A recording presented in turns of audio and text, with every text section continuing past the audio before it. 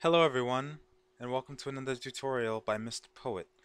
Today we're going to be talking about how to do hijacks. Hijacks are similar to kidnaps. They are also a daily quest that you could do for your guild. Um, they earn a little bit more of a reward than a kidnap would, and they're a little bit more complex as well. Let me go ahead and get started here. So the first thing you want to do, these guild quests are accepted in the same area as the kidnaps. Um, but what you do instead is you come over here to these tools right here, these glowing tools, and you can just right click on one of them or press R and you will begin to gather one of them. After you have gathered a tool, what you're going to want to do is head over to one of these kidnapped prisoners and then right click on their cage. And then a torture menu is going to pop up with various torture items that you can use on these prisoners. And the item you will get from them will look something like this. It'll be a confession. Now this one is just a white one because we reuse the basic tools that are provided to us by our bandit camp. However, if you are doing a guild event or let's say doing a kidnap for instance, sometimes the rewards you get from them can include several different torture items like the ones that you see in this menu. For instance, it could give you a bamboo needle, a water choke, mulberry paper, hooks, searing irons, and pincers. Usually, all you will get is mulberry paper, hooks, searing iron, and pincers. And depending on which one you get and use on one of these prisoners, will depend on the quality of the bloody confession that you obtain. And the higher quality torture item that you obtain and use on the prisoner, the higher the quality of the hijack that you're able to do. After you have gotten a bloody confession, you have to make sure that you are party leader, and after that you are able to look in your inventory and right click on the confession to start the hijack. Now, because I've done my 3 already for the day, speaking of which you can only do 3 hijacks per day, that is very important. However, a person in my party has not done 3 yet, and that would be Indivolsal. So because he has not done his 3 yet, I can still remain in the party and do 3 more, except I will not get the experience rewards that I would have gotten if I had still been able to do 3 hijacks for the day. So let me go ahead and get started, and I'll explain some more of what happens when you begin it. I'm going to tell Indivolsal to start the hijack.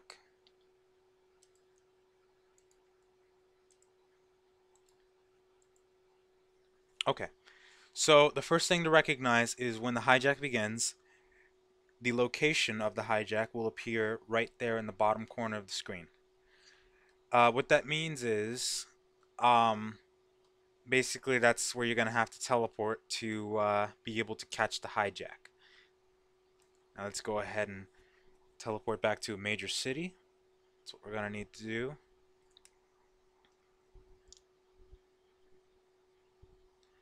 And I'm going to have to inform my guildmate not to catch it so that I can show you guys how it works.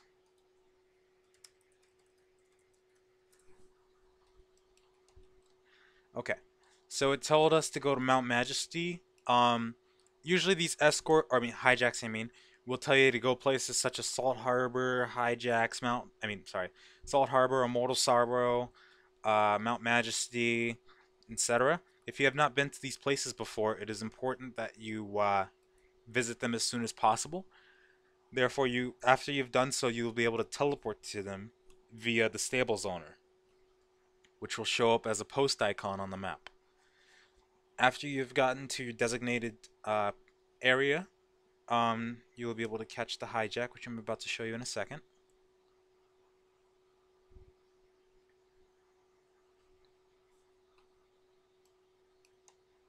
Okay, so it is important to note that, let's see, where is that hijack? Huh. It appears we have lost it. Oh, here we go. Okay, so when you've reached the hijack, it'll look something like this. A couple of NPCs will be guarding it, and what you'll be able to do is attack the NPCs like so,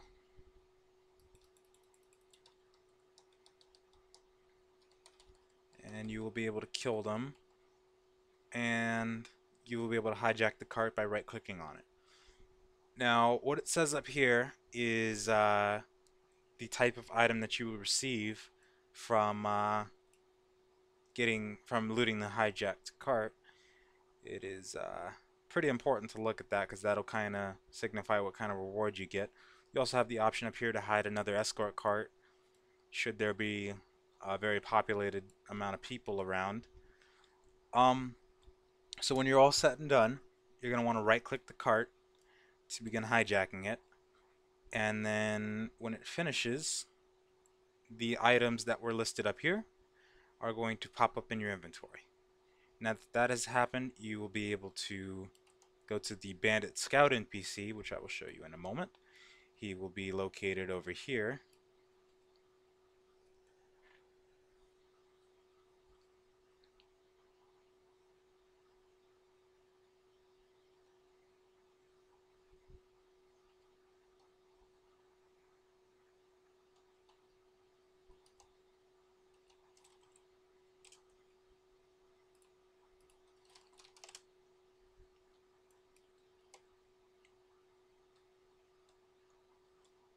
Alright, so whenever you collect an escort, hijack, I'm sorry, you're going to want to go to the escort icon on the map, and then usually the mercenary owner will be the main NPC around here. However, the bandit camp scout is the person you wish to talk to, and you're going to want to talk to him and click submit escort. And after that, you will have completed the escort, but now it is time to claim your reward.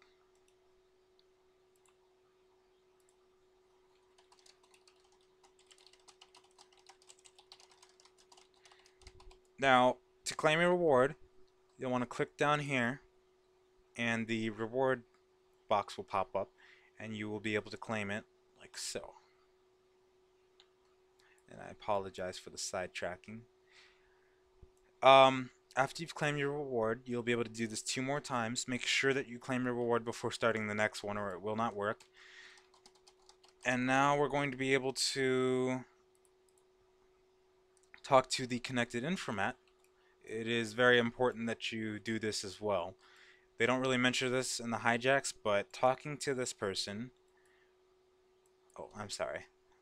Well, whenever you try and talk to this person, what will pop up is a menu that will say either lure or force, and you will be able to uh, either force the NPC to give you a reward or lure him into giving you a reward.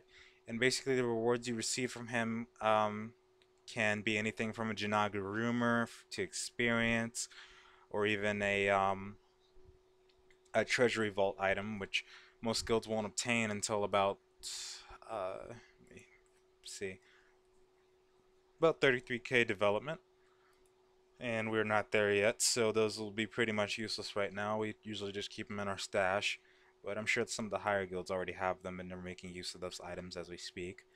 Um, but that is basically it. And after you've completed your hijack, you are able to start another one with little to no effort, and you will be able to complete it quickly.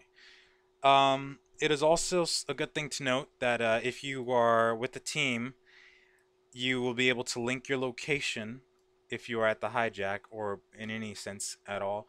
And to do that, there is a button up here next to the map name that you can click, and it will link your location in chat. Let me go ahead and provide a demonstration. So I click that button, and then if you click it in chat, you will link to it, or you will walk to it, I mean. And anyone else that happens to click on that as well. And that is useful for giving the location to the hijack, as well as your location if need be. Alright folks, that's all for today. Thank you very much for joining me, and I'll see you next time. Bye bye.